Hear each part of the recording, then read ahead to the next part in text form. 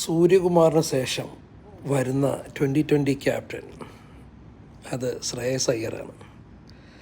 ഞാൻ പറയുന്നു, ശ്രേയസ് അയ്യർ ക്യാപ്റ്റൻസിയിൽ പരാജയമായിരിക്കും.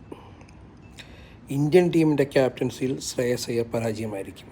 കാരണം അനേകമാണ്. ശ്രേയസ് അയ്യർ തന്നെ ഡിക്ലെയർ ചെയ്തു, ഞാൻ ആരുടെയും നിഴലിൻ കീഴിൽ പ്രവർത്തിക്കാൻ ആഗ്രഹിക്കുന്നില്ല. അത് ഇന്നത്തെ സാഹചര്യത്തിൽ ഇന്ത്യയുടെ 2020 ടീമിൻ്റെ അകത്ത് ഇന്നത്തെ സാഹചര്യത്തിൽ സാധ്യമല്ല. പൊളിറ്റിക്കൽ പ്രഷർ അത്രമാത്രമേ ഉണ്ടാവും. BJPയുടെ വലിയ ഒരു ഹാൻഡ് ഇന്ത്യൻ ക്രിക്കറ്റ് ടീമിൻ്റെ മേലെ എപ്പോഴും ഉണ്ട്. ഒരു ഫ്രീ ആയിട്ടുള്ള ഒരു മൂവ്മെൻറ്റ്സ് ശ്രേയസിന് ഇന്ത്യൻ ടീമിൻ്റെ അകത്ത് കിട്ടത്തില്ല. ഡിസിഷൻ മേക്കിങ്ങിലും ഇന്ത്യൻ ടീമിൽ കിട്ടത്തില്ല. അത് അഡ്വാൻസ് കണ്ട് ആണ് ശ്രേയസ് പറഞ്ഞത്, ഞാൻ ആരുടെയും നിഴലിൽ പ്രവർത്തിക്കില്ല എന്ന്. അതിൻ്റെ അർത്ഥം അദ്ദേഹം അധിക നാൾ ടിക്ക് ചെയ്യില്ല എന്ന് തന്നെയാണ്.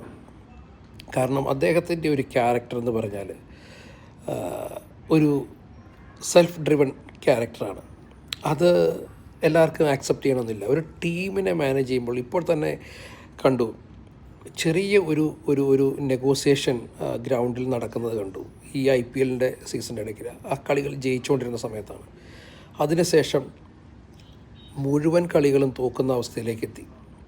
കാരണം അവിടെ ആരോ ഇടപെടാൻ ശ്രമിച്ചു. ശ്രേയസിൻ്റെ ആ തീരുമാനത്തിൽ ആരോ ഇടപെടാൻ ശ്രമിച്ചു. അതിനുശേഷം പിന്നീട് പഞ്ചാബ് ജയിച്ചിട്ടില്ല.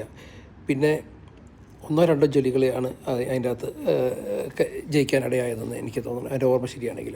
അപ്പോൾ 6 കളികൾ അടുപ്പിച്ച് നിന്ന ടീം, ജയിച്ചു നിന്ന ടീം പിന്നീട് പരാജയപ്പെട്ടു പോയി. അപ്പോൾ ശ്രേയസിൻ്റെ കാര്യങ്ങളുടെ തലയ്ക്ക് മേളിൽ മറ്റൊരു തല തീർച്ചയായിട്ടും ഇന്ത്യൻ ടീമിൽ T20 ഉണ്ടാവും. അതുകൊണ്ട് തന്നെ ശ്രേയസിന് ആ തലയെ വെട്ടിമാറ്റി നിർത്തിക്കൊണ്ട് പ്രവർത്തിക്കാനും കഴിയില്ല. ചിലപ്പോൾ ഒരു തലയല്ല, ഒന്നിൽ കൂടുതൽ തലകൾ ശ്രേയസിൻ്റെ മേളിൽ വരും. അപ്പോൾ ആ നിഴലിൽ നിന്നല്ലാതെ പ്രവർത്തിക്കാൻ കഴിയില്ല. അതിനുള്ള കപ്പാസിറ്റി ശ്രേയസിനില്ല. അത്രയും ഒരു എന്താ പറയുക, അതിനെ ഉൾക്കൊള്ളാൻ കഴിയുന്ന ഒരു ആളല്ല ശ്രേയസ്.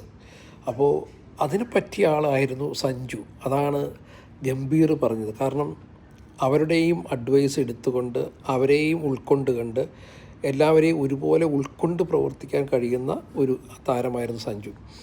അതുകൊണ്ടാണ് സൂര്യകുമാറിനെ മാറ്റാൻ തന്നെ തീരുമാനിച്ചത്. പക്ഷേ ഇപ്പോൾ പുലിവാലാണ് പിടിച്ചിരിക്കുന്നത്. എത്രത്തോളം വിജയകരമായിട്ടിത് പോകുമെന്നുള്ളത് കണ്ടറിയണം. ഓക്കെ.